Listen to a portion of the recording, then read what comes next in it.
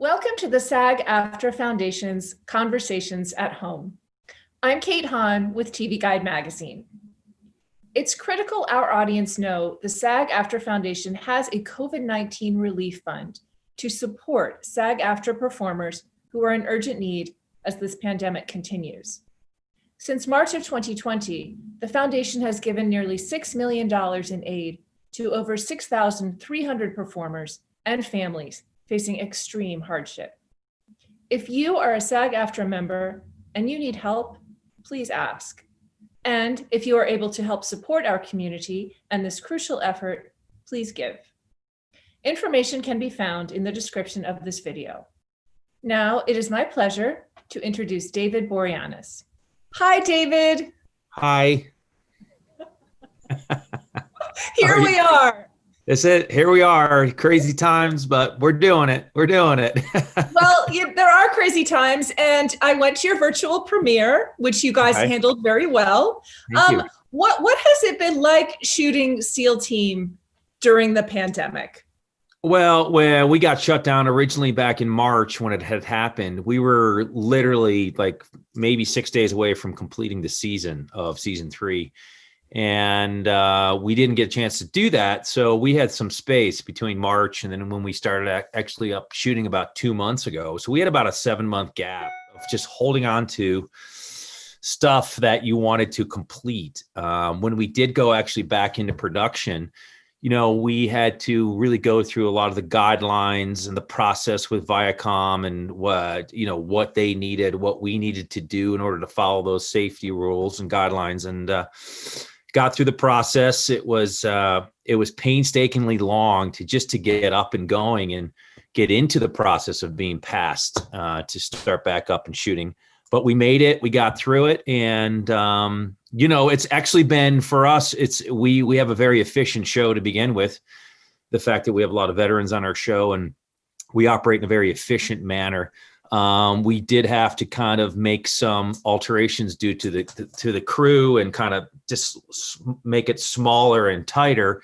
It's just since we have been shooting, it's been great. I mean, we've had no issues, knock on wood, no problems. Obviously, we show up in our masks, and then when it's time to shoot, we take our masks off and we do the scene, and then we put the masks back on. So we're all very good at doing that. So it's a different type of format as far as just keeping up with the guidelines and the safety guidelines. But other than that, it's, for us, also for our locations, we only have 2 locations, the studio and Blue Cloud, where we shoot out in the mountains up north. And it's worked out great for us. We haven't really had any major issues or problems. It's been faster. I mean, we completed shows in the first 3 seasons pretty fast. We do 10-hour days, do 7 days to complete 1 episode, which is pretty fast. So now we keep to 10-hour days only, and we're crushing it. So it's been a very for us that all of us have transformed into that, made that transition, and we're better off for it right now. Well, I wanted to go and talk about the premiere, which you directed, which I know some of that was shot earlier up in Big Bear, but where you are separated from the team and you're out there in the snow with Cerberus. What was it like to shoot that? I mean, what are the challenges? Because this is a SAG audience. What are the challenges for an actor when you're it's you and the dog out there by yourselves in the snow? Yeah, we chose Big Bear because it had the environment. It was close to our base, and the snow just so happened to be there in March, which was fantastic. And I know during the prep as the director, the one big challenge that we had was getting all of the gear up to the top of the mountain in the snow, and that meant like taking chair lifts up and going in sections and actually planning it out that when we did start shooting up on top of the mountain, that we were all efficient on the call times and already up there. Because if you did it backwards, then we probably would waste just 2 hours just to get up to the top of the mountain. So we planned all that. And once we got up top, it worked out pretty well for us. The stuff that we did with the dog, it was myself and Jimmy Muro, who's a Oscar-winning DP, who the 2 of us were like, you know what, let's just give him a camera, There's me and the dog, and everybody else just go away, just spread back. Because when we did a lot of that stuff on the fourth day, we started shooting at 7 a.m. and we finished at 12, right when a snowstorm came in and hit. So if we had broken it up and we had a bigger crew up there, we probably would never have made our day. And I told Jimmy, just follow me. I'm not going to break, with the dog and working with the animal. Safety is always first and foremost for us. And I said, I'm just going to carry Cerberus, Dita from spot to spot to spot without stopping. So I'm basically taking about 7 scenes in my head and I'm doing them in order and hitting each spot and dealing with the dog. So we weren't cutting. So it was this long, we had probably like a 45-minute take at one point because we tried to hit all these little areas. So it was tough. The elements were hard, physically exhausting, mentally challenging, but I'm proud of how it came out.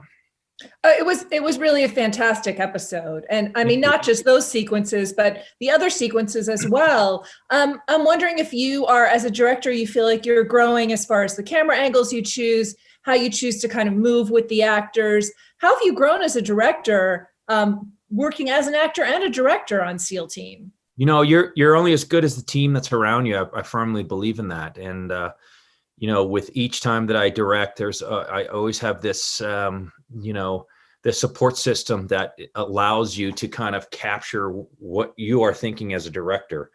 So as a director, for me, I've always relied heavily on my prep, and in doing so, I mean, it's just exhausting myself to a point of just falling asleep with the script on top of me, thinking out sequences and shots. And then come day one, I throw it all out the door. I really literally throw it out the window and I just create and use my instincts in the environment in order to dictate the pace and the rhythm and, how I want to open a shot, how I want to end a shot. It just becomes a very organic process for me that way if I really get it into the prep and before shooting. And I found that is the best thing, because there are days, during the prep that I'm as a director, like, I don't know what I'm going to shoot tomorrow. I'm not understanding it. Things are not making sense on paper. But then when you show up on the set, you just allow that energy to kind of flow into the scene, and you let the actors, you trust them to find the space. You, as a director, are actually moving through the space. As an actor working in that space, you find things. You realize maybe that you want to start on something and come around and pull back, and it turns into a master, but maybe it turns into, close up that you get at the end. So you're constantly creating in the environment, and that's an organic process for me. So I've really learned to kind of trust that and trust it more and more. And one of my biggest faults, I would say, as a director, is that I'm always forward focused. So I'm always thinking ahead. So sometimes I trap myself and say, I got to say, take a step back, be in the moment. The next scene is the next scene. Don't get too ahead of yourself, because I always end up doing like, hey, well, I want this specific prop, wardrobe. Why are you wearing this specific uniform? Like, I'm always thinking of those things. So I'm processing it as I'm doing it. So, my brain just goes poof, and I'm trying to control it all. But I've learned to just kind of, really not push it and take a step back and breathe. And if I'm in the scene and acting, then I have to, trust the DP that I'm with in order to kind of just release that and then go into the character and play my subtext and my conflicts. So it's a great process, and I love having all that on my plate. As crazy as it sounds, I really enjoy having all of these plates that I'm balancing and seeing it all unfold. It's such a joy to do it. Well, speaking of subtexts, your character Jason is changing a lot this season. Major changes for him. Can you talk about playing him not on Bravo team, because he's left for now? Yeah, we're all hoping he'll go back. Can you talk about what that's like, playing this guy who is missing his team, but thinks it might be better to, stick to this current out of the action job? How's that been different as an actor for you? It's really trying to understand the mental capacity of the real guys that do this job. And I've been blessed to really meet them and work with them. If it's Mark Owens or Tyler Gray, guys that have actually been in the fight and have actually seen this and done it. It's a really remarkable thing to be a part of for me, because I really take those tidbits and I analyze them and I use them for my mental approach to the character, and I tap into that. I was talking to somebody last night, and a really good friend of mine in Toronto. He said, I'm watching SEAL Team, and I've known him for a while. And he says, man, you really have grown as an actor, and you really are doing some great stuff. It's like I'm watching the mental anguish just come through the energy. And I laughed and I said, well, I play a lot of torturous characters, and I have in my past. So the mental aspect of it, won't say it comes easy, but I learned how to tap into that with my acting coach, Ivana Chubik, who I've worked with for 20 years, and someone who I keep near and dear to my heart in order to understand, where I'm coming from in the scene, how to use my subtext that's relevant in my life to the character. So I work very through my experiences in life, and I apply that to the characters. So it's been a mental run with Jason. He's a very complex character. He is, I think, more sardonic than he's actually seen and can be. We're always trying to find some humor in the heaviness of it. We really strive to making it not feel or look like a network television show.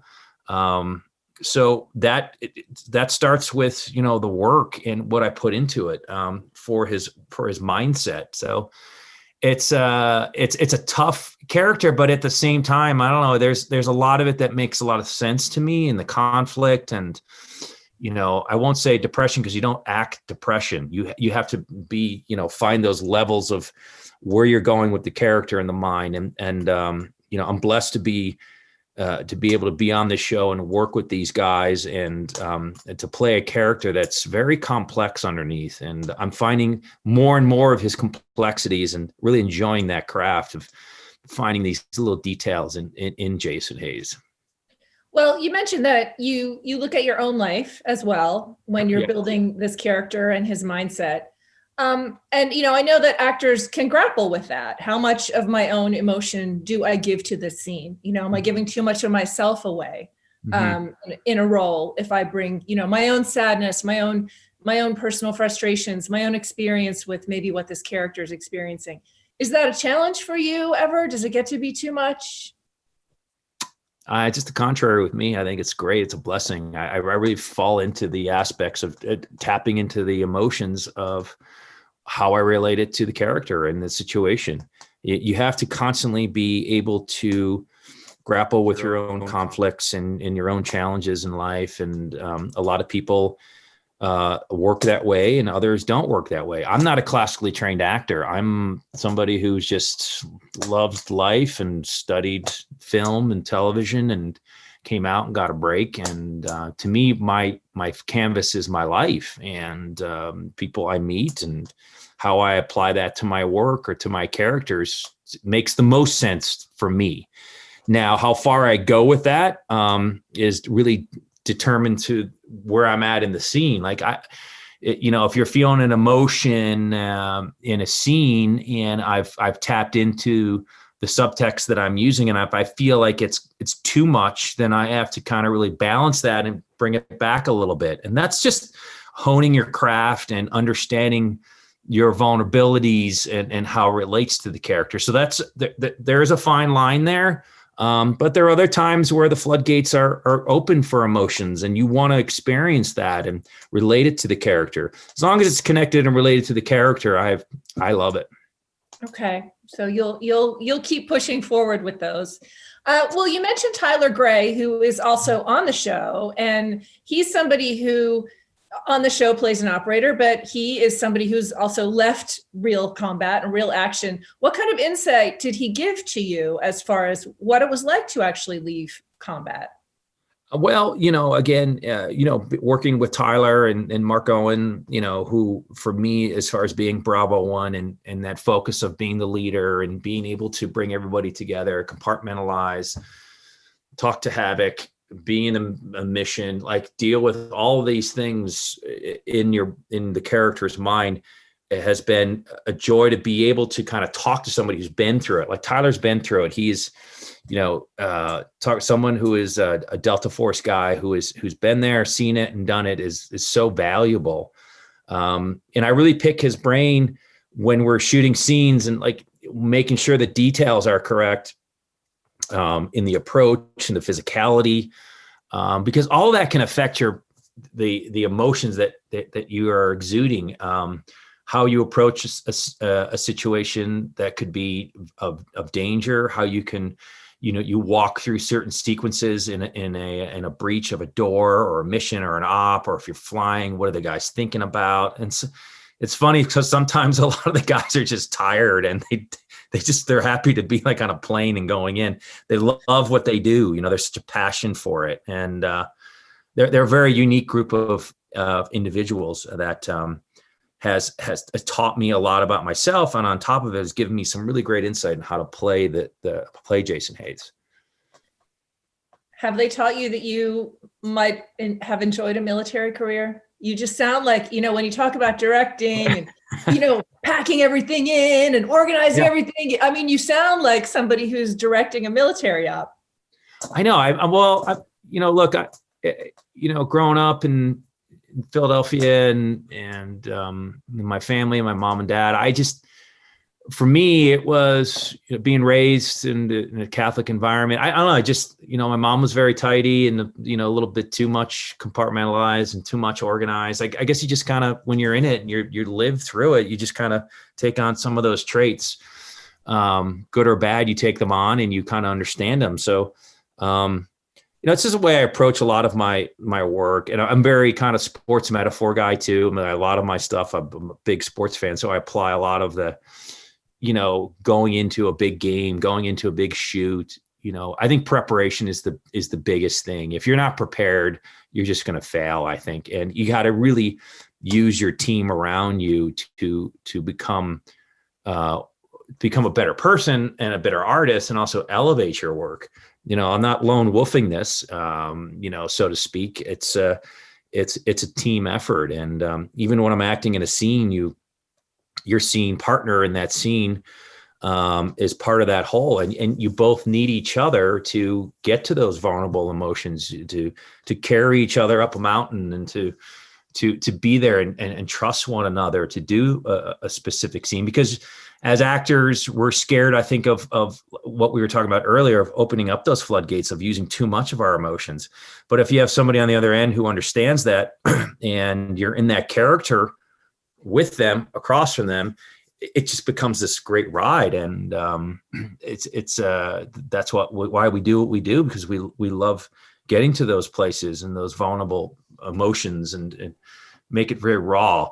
But yeah, I'm pretty organized. I'm if you want to say that I have this military outlook on the way I approach things, I wouldn't say fully, but it's a lot of sports oriented stuff too, and preparation and getting through the grind of the third quarter or the fourth quarter or the ninth inning, or, you played how many sets in a tennis match and you're going back and forth. That's always been my forefront and how I approach scenes and moving cameras around. It's just how I operate.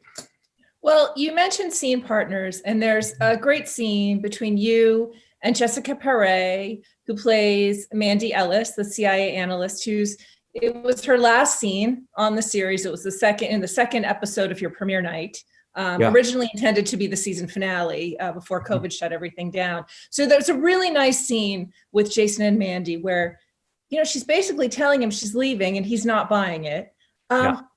You two always had such great connection and energy, and that was a really beautiful scene, I thought. Tell me about shooting that with Jessica. Yeah, thank you. It was not easy. It was tough because it was a long scene. I mean, I think Chris Chulak kind of trimmed it a little bit. He didn't really want to.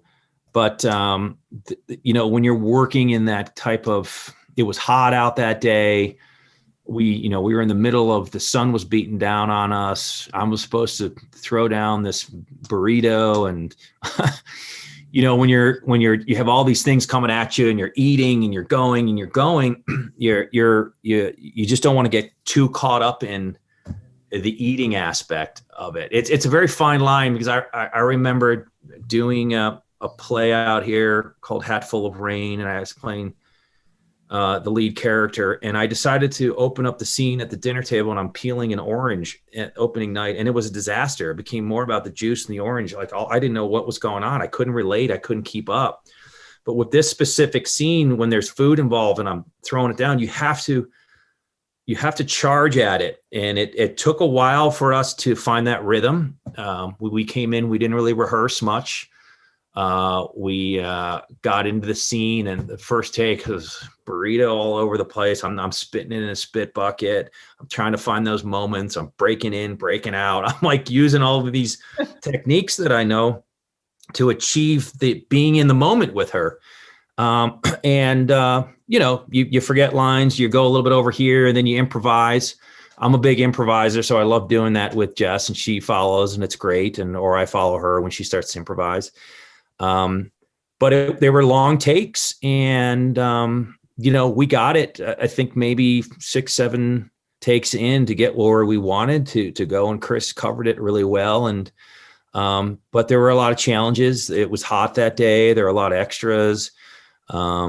Sometimes you're so overly prepared. Again, you just got to throw it out and trust your instincts, trust their scene partner across from you, and just be there. Like moments, like I remember doing a take where it's like, all right, forget it. I'm just going to go for it and eat the burrito and nonstop, do a take and see what happens. And it worked out, because you find these moments, and takes, and you can't recreate those takes once you shoot them.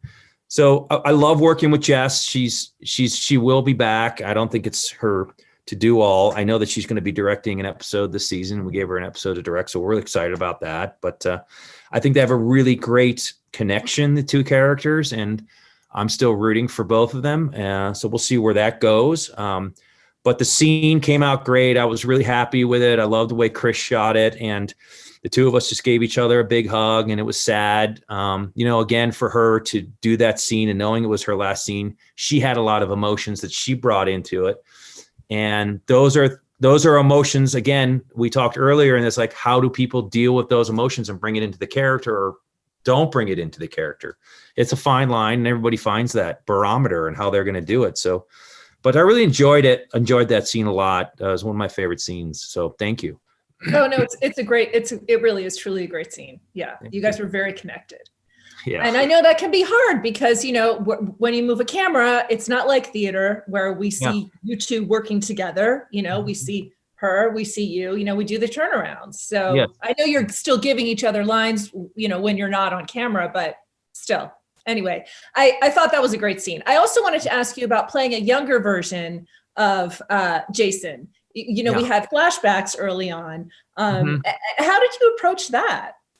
Well, in working with Ivana, we made that approach of like, okay, again, learning through experiences of your life, and how do they apply to a specific character, and finding the conflicts. But for me, it was really tapping into a young David, like just no worries, just kind of happy-go-lucky, Bravo 3, doesn't have all the answers, just kind of like a guy, who really is got nothing to lose. These guys, when they go into and want to become a SEAL, it's their choice. And then they learn about sacrifice as they grow and become more mature into that job. So I took a lot of that approach. I Peter Panned him a little bit and gave him that boyish kind of fun, but that's all tapped in through me and what I'm thinking. And as a director, I told all the guys, like, we're all band, pick an instrument, while you're doing your lines, think of that instrument. Let's all become a unit in a band and just let it jive and let it play and find the rhythm. You have the trombone, you have the drums, you have the guitar, like who's what the were you? I think I was the tambourine. I was a drum guy. I was like boom, boom. So that was my instrument that I used as far as picking an instrument. So, all those things and it worked out fine. It worked out really good. I mean, one of the things I've learned in working with Ivana Chubbuck is she is a master at finding the character through true emotions of, of the person and what they've gone through. And I just relate to that type of work. And so for that specific scene and being younger, yeah, you have the older wardrobe and, we decided to do shave instead of, because those guys back then had beards that were like huge.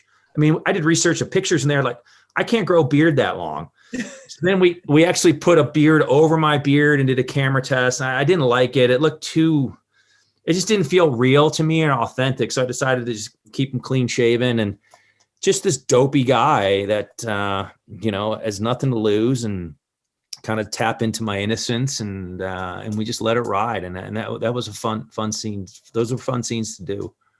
So we got to see David Boreanaz again as we remember you back in the 90s when you were like hanging out in Hollywood. No, this would be more. Well, a part of that, maybe you got a chance to see him in certain times of his earlier career and also maybe some college days. You kind of have to look at and how that relates to the character. I don't want to give away too many of my secrets, but I will say that it's a fun.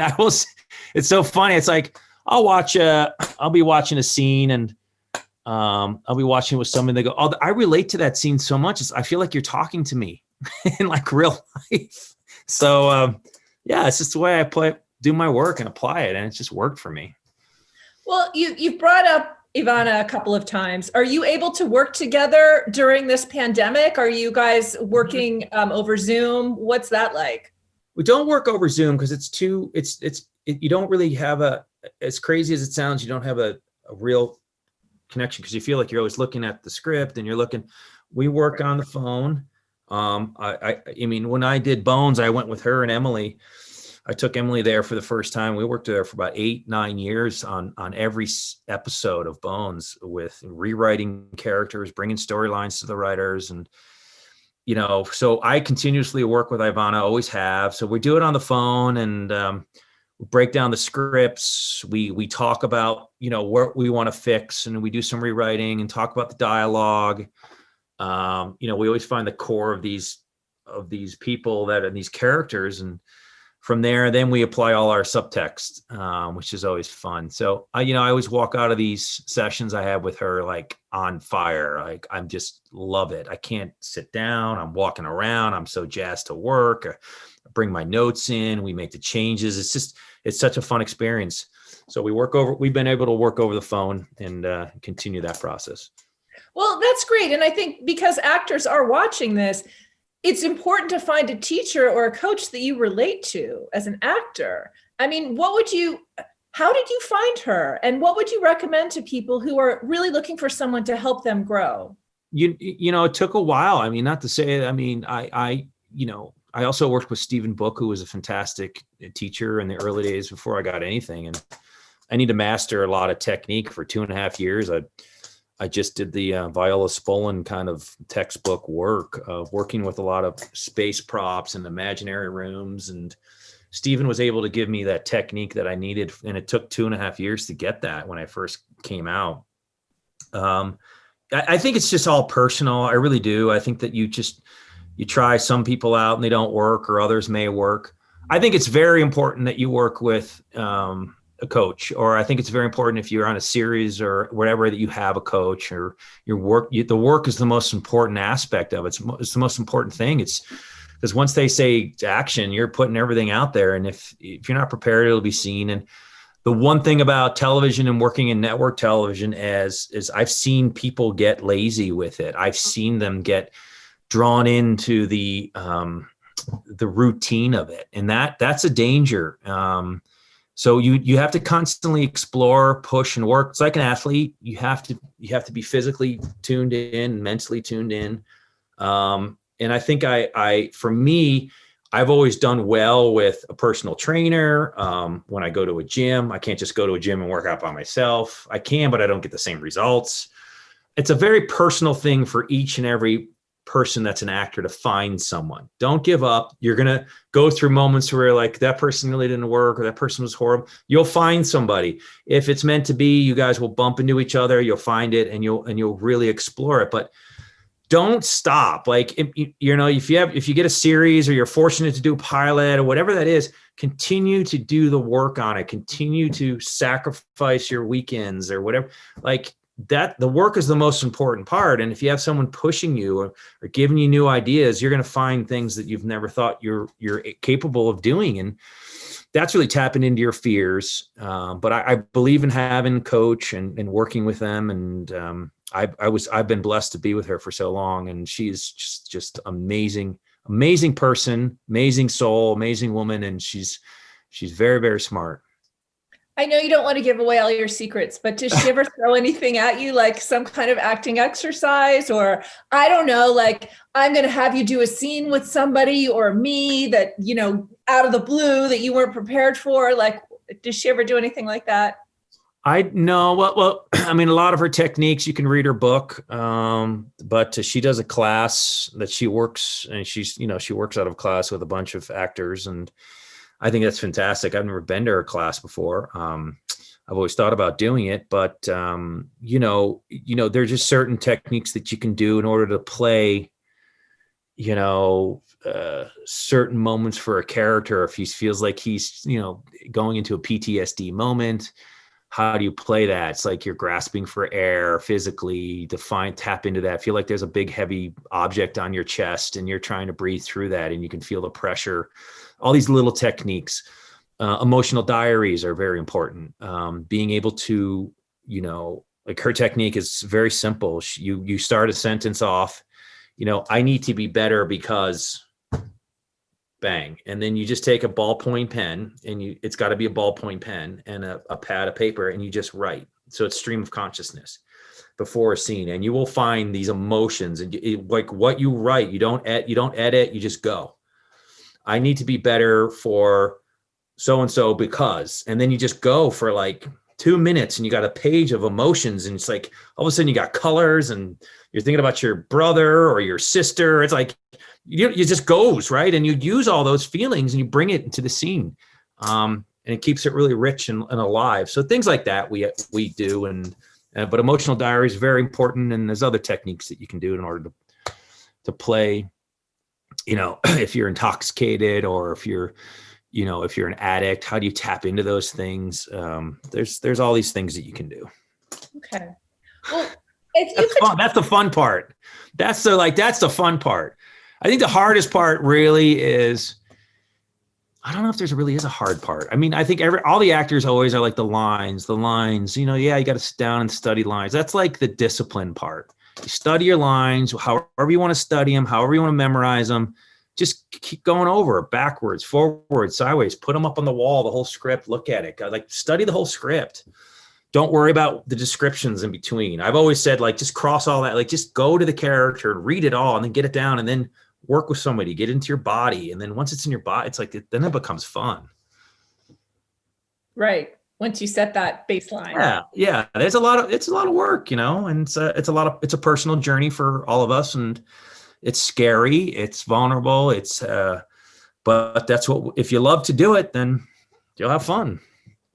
Well, are you going to have fun this coming season with Jason? I mean, it's been interesting to see him. He's really struggling right now. So I know. He always seems to be struggling. Right? So, yeah. Where is he going this season? I mean, he's trying to take a step back and try to find a life. And I think that's scarier.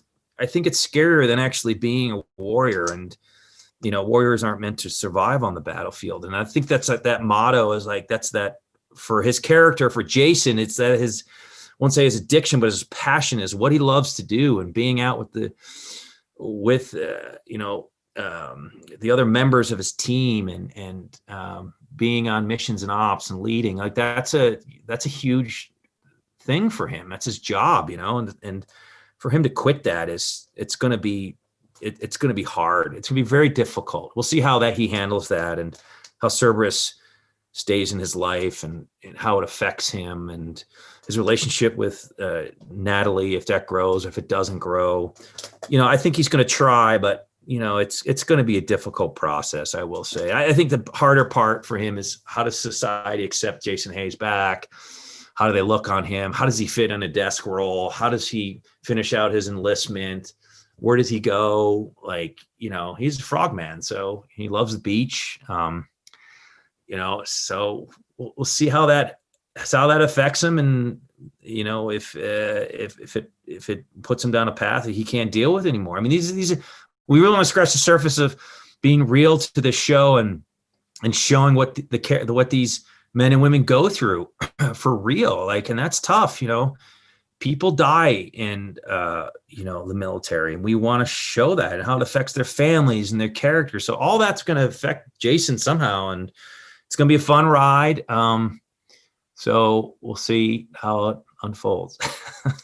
Well, I mean, last night's episode ended with a big bang. Yes, the big bang. You're ending a show with a big bang. And I mean, we're a little concerned about Jason's very good friend Ray now, who seems to have been badly injured in an explosion in another country. Mm-hmm. Jason really stay away from a rescue effort for Ray? I don't know. It's his best friend. He may be his last dance to go back and try to, get his friend back. I see Jason Hayes doing that. I don't think he's one to sit back and watch a rescue operation happen on a computer and like blips. I don't think he can handle that. And we'll see how that unfolds in the next episode. But, he'd have to go to Lindell and ask to be reinstated and could be back on Bravo team. And he's got to pull maybe all the pieces of Bravo back. Like, he's got to get Max back in. So he's got to get Clay back in. And, how does he get the team back to operate as a unit, to be full? You have to be able to lead, and you have to be able to follow. Those are true leaders. And for Jason Hayes to get his friend back, he may have to do that. Well, you and Neil Brown Jr. have some great scenes together as well. Mm-hmm. Yeah. Can you talk a little bit about how the two of you work together? I mean, it's different from Jessica. It's a different. Yeah, totally different. My approach with Jason Hayes has always been the person opposite of that character, how I'm playing that. Again, we're grappling with my technique, what I bring to the table, what I bring to the scene, what kind of subtext I'm thinking, who's across from me, and how I bring that in. If it's Neil, if it's AJ, if it's Max in a scene, whatever those characters they're playing, I have to bring myself in order to find that subtext and who's opposite of me. And it's never the person, I'll tell you that, who is opposite me. I'm not playing Neil Brown Jr. across from me, or I'm not playing, Sonny Quinn across from me. I'm playing somebody else who is portraying Sonny Quinn. And that's an odd thing to think of and probably to grapple with, but that's how I approach these scenes. So with Neil, it depends, what I'm thinking and what I'm bringing to that specific scene. I mean, he's a great person to work with. He's very laid back. Neil's very funny. He plays his character very, everything's got to be in order. Everything's in order. I'm a little sloppy. I'm more like a pig pen on the peanuts, right? I'm a little kind of dusty, and I've been in an op and I'm doing a scene. I like blood on me. I like dirt. I'm never clean. I'm always a little bit kind of scraggly. Where he's very particular. That's Ray Perry, right? But as we learned from my episode, he was, Ray Perry was primetime Perry, so it was a little bit all over the map. Now it's kind of switched, and we just enjoy working with each other. We bounce off of each other, and what he brings and what I bring just mesh. Well, I will close with this. I want to ask you, you love bringing in these military themes to the SEAL team and the things that people grapple with. And I think you did an amazing job. There was a storyline with suicide with veterans that was really powerful. You don't shy away from the things that are more difficult, that these people who are, our country calls the SEALs heroes, but they've got a lot of pain. So what are you, as beyond Jason's story, kind of what are some of the bigger military themes that you guys want to deal with in this coming season of SEAL Team? But we're really character driven. I mean, I what I love about our show is that we're able to examine the characters more so now, and you have to earn that in a series. It's not like the pilot, you're doing your thing and then you get off an order to first season, but you got to earn the right to examine every character's kind of role and how unique they all are. And like, for us, that drive is always going back to the characters, and we can examine that more. And even in a COVID world, because we can't go to all these great locations, as many as we used to, we can really identify with the characters. And we want to bring up, the PTSD, the TBI, how society, treats them when they come back home. TBI, traumatic brain injury. Yes. How they're treated, just how they deal with their own back in and how they want to always go back to what they love to do. It's like an addiction, so to speak. And we want to examine the dark areas and put some lights in the corner. I get the biggest compliments I get, and the biggest award I get from this show is the Gold Star families that have come up to me and said, thank you for doing this portrayal of this character. I lost my son in battle. And he would, how you're portraying this character reminds me so much of him and what he did. And that's very moving for me. And that's the biggest reward, playing a character to show, and not sugarcoat it. There's some really great sad moments in these shows, and we're not afraid to go there. And that's what we're going to continue to do. As far as a military show is concerned, I mean, that's their job, right? Regardless if they're in the military or if it's a show about, doctors or nurses or whatever that is, it's a workplace show. We don't get into the political themes of it. We're not a political show. We don't aim to do that, so to speak. I never have.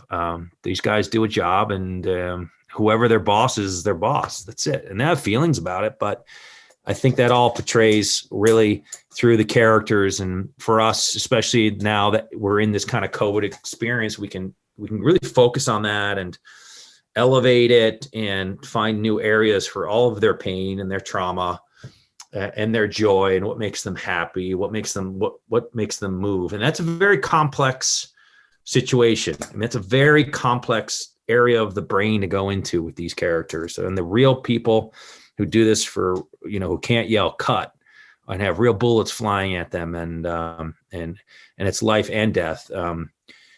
That's a huge sacrifice and a choice that they've made. And for us to be able to scratch some of those surfaces is intense. And we'll just want to continue to do that.